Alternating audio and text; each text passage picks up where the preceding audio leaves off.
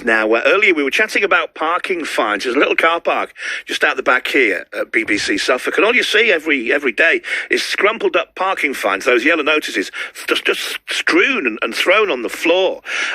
We spoke to Councillor Sophie Connolly from Ipswich Borough Council earlier, because last year the authority issued over 27,000 parking fines, but 12,000 remain unpaid. And, listen to this, almost 3,000 were just written off. I sympathise, because it does represent 10%. Now, there's another alternative where a vehicle has been issued with 3 or more PCNs and they still remain unpaid. We are unable to make contact with the registered keeper. We will classify this as a persistent evader, and if one of our enforcement officers finds this vehicle parked in contravention again, a PCN will be issued, and immediately following that, the vehicle will be immobilised. And then potentially the vehicle will be removed if the registered keeper does not make contact with us to provide proof of vehicle ownership and a registered address, which does allow us to have the correct information to recover the debt. So at the end, if someone thinks they can get away, immobilisation is really a last resort. Last year you did mention the number of PCNs, but I can also tell you that there was also 108 immobilisation in Ipswich. So have you ever had a parking ticket and paid it? How about these 3,000 that have just been written off as untraceable? Is that fair? And how does it compare to elsewhere? And what can you do if you have been, or you feel to have been, unfairly treated and got one of these parking tickets, these PCHs? Scott Dixon is a motoring disputes expert.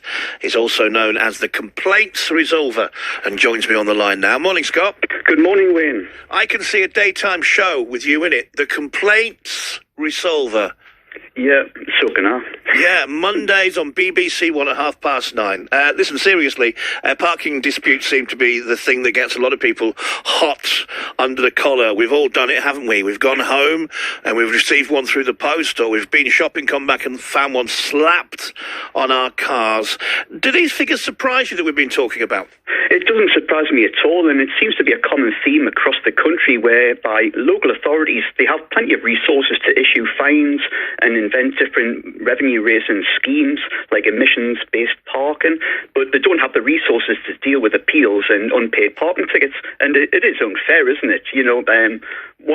One in two remain unpaid, and it's unfair on those that have paid, and the local authorities don't have the resources to chase the ones that haven't. Yeah, and why the inconsistency, depending on where you are as well? Well, it'll vary depending on resources across different local authorities, but it is a money-making machine, and it is a revenue raiser, and it's laughable for the councillor to say otherwise, because I did listen to her earlier on, and this is partly the issue that's killing off the high street shopping. Shoppers are being chased out of the town centres, and it's no surprise that out-of-town retail parks are thriving with free parking, and customers just want a frictionless experience. I don't know where they pop up from sometimes, parking wardens. They just seem to pop out of nowhere, don't they? Do you think that the fact that councils are struggling to deal with the enforcement of these tickets is why more and more councils and landowners are kind of touting out their business to private car parking companies like NCP? Well, this is a problem, and I have seen it in Gloucester, funny enough, where Gloucester City Council have contracted it out to private parking operators, and it is unfair, persecuting motorists, and it is a revenue raiser, there's no denying it, and motorists need to push back because the local authorities are just relying on people just paying up without questioning it. Because, this speaks for itself. They're not putting enough resources into chasing unpaid parking fines. So that tells you that a lot of people just pay up without questioning. They're just relying on that. Yeah, but as we said, these private firms, they don't let it lie, do they? They'll chase you. They'll get the money off you. Well, That's a different kettle of fish, because local authorities issue penalty charge notices, which are parking fines, whereas private parking operators issue invoices, which are called parking charge notices, and they're not. It's not a fine. This is the biggest myth that I see. And a private parking operator, they issue an invoice for an alleged breach of contract for parking on private land, but it looks like a fine, and it is much more complicated. But I've got up to 20 different templates on my website, and with cuts through all the legalese, jargon and everything else. All you need to do is just put your name and address in and download the template. Right, so this is a bit of a myth then. When it comes to councils, they're not, they're not fines as such, which is, I didn't know that, and I bet a lot of people who are listening didn't know that. And do you think that's why then some people know the processes? So when they see one of these slapped on their windscreen, they will just throw it to one side because they just can't be bothered to pay it because they know no one's going to bother chasing them. Well, that's obviously happening. But if you're issued with a penalty charge notice by a local authority, it's quite straightforward to appeal it, because all you need to do is go onto the gov.uk website, so www.gov.uk/appeal-parking-fine. And that brings up a web page where you just enter the postcode and it takes you to the local authority website. This only works in England and Wales. And you have up to 28 days to challenge a penalty charge notice issued by a local authority.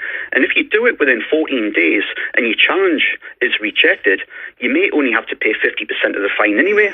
So I would strongly urge all motorists to lodge appeals if they feel that they've been hit unfairly.